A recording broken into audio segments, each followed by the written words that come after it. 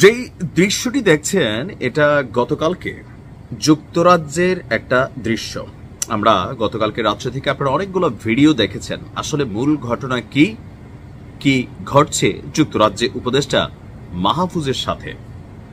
যে কালো গাড়িটাতে আপনারা দেখছেন যে পাবলিক ডিম মারছে। আচ্ছা, যুক্তরাজ্যে কি ডিমের মানে খাঁচি কি সস্তা নাকি আমি জানি না, তবে আমাদের কোরিয়াতে ডিম কিন্তু অনেক দাম, খাবার জিনিস নষ্ট করতে নাই। তবে বিদেশের মাটিতে আমরা বাংলাদেশে যেখানে ইট পাটকেল ছুরি অথবা অন্য কিছু ছুরি, বিদেশে কিন্তু সবাই টমেটো ছুঁড়ে ডিম ছুঁড়ে। এটা এইসব দেশে কি বলা যায়, ধরেন অহিংসমূলক অ্যাক্টিভিটিস হিসেবে কাউন্ট করা হয়।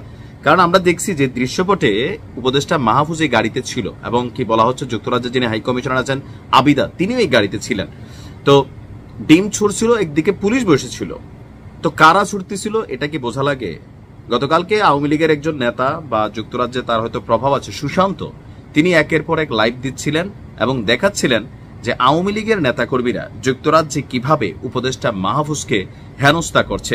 এমনকি বেশ কিছু কি বলা হয় যে ধরেন ছবি ভাইরাল হয়েছে, বাট আমি শিওর না যে এই ছবিগুলা আদৌ গতকালকের কিনা বা এটা কি এআই দিয়ে এডিট করা কিনা। আমার ধারণা এআই দিয়ে এডিট করা, কারণ উপদেষ্টা মাহফুজকে প্রকাশ্যে কিন্তু পাওয়া যায় না। তবে তার যিনি একজন সহকর্মী আছেন তাকে কিন্তু প্রকাশ্যে আমরা দেখেছি। আওয়ামী লীগের কয়েকজন নেতাকর্মী লাথি দিয়েছেন, তার গায়ে হাত তুলেছেন। দাড়িওয়ালা একজন মানুষ ছিলেন, কি নাম আমি জানি না। তবে তথ্য এ পর্যন্ত এলোমেলো তথ্য পাওয়া যাচ্ছে। যা পাইলাম, প্রথম আলোর করা রিপোর্টটি বলছে লন্ডনের সোয়াস বিশ্ববিদ্যালয়ে একটি সেমিনার থেকে বের হয়ে যখন তিনি যাচ্ছিলেন তখন উপদেষ্টা মাহফুজের উপর হামলার চেষ্টা করেছে স্থানীয় আওয়ামী লীগের নেতাকর্মীরা। লন্ডনের কেন্দ্রস্থলের ব্লুমসবারি এলাকায় সোয়াস বিশ্ববিদ্যালয়ের যে ক্যাম্পাস, সেই ক্যাম্পাসে সেই সেমিনার বিশ্ববিদ্যালয় কর্তৃপক্ষের সাথে যৌথভাবে আয়োজন করেছিল বাংলাদেশ হাই কমিশন।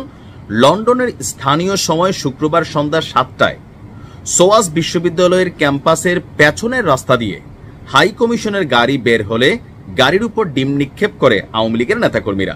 এ সময় হাই কমিশনের কালো রঙের বিএমডব্লিউ গাড়ির সামনে শুয়ে পড়ার চেষ্টা করেন আন্দোলনকারীদের মধ্যে কয়েকজন, কিন্তু পুলিশের হস্তক্ষেপে তাদের শুয়ে পড়ার যেই চেষ্টা বা ইচ্ছা এটা ব্যর্থ হয়েছে। তবে ওই গাড়ির ভেতর মাহফুজ আলম ছিলেন না দাবি করা হয়েছে লন্ডনের বাংলাদেশ হাই কমিশনের পক্ষ থেকে।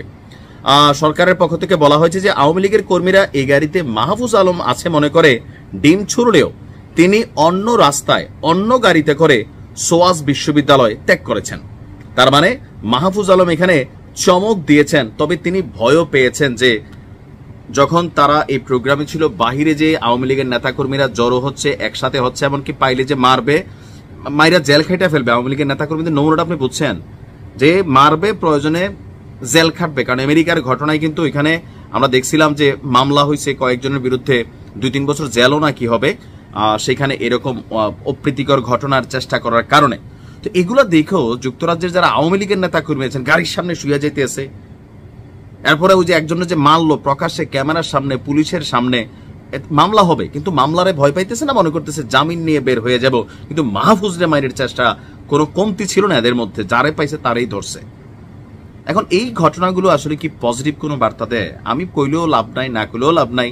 আগে আওয়ামী লীগ গেলে বিএনপি জামাতের নেতাকর্মীরা এরকম করছে, এখন ডক্টর ইউনূস তিনি যাচ্ছেন বা তার সাথে যারাই যাচ্ছেন, যারাই পাচ্ছেন বিদেশে এটা করতেছেন। এগুলো বাঙালি হিসাবে আমাদের চরিত্রের পার্ট, পরিবর্তন আর হইল না।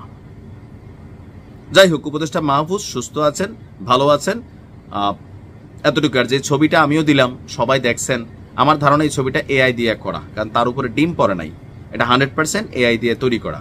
ভালো থাকবেন।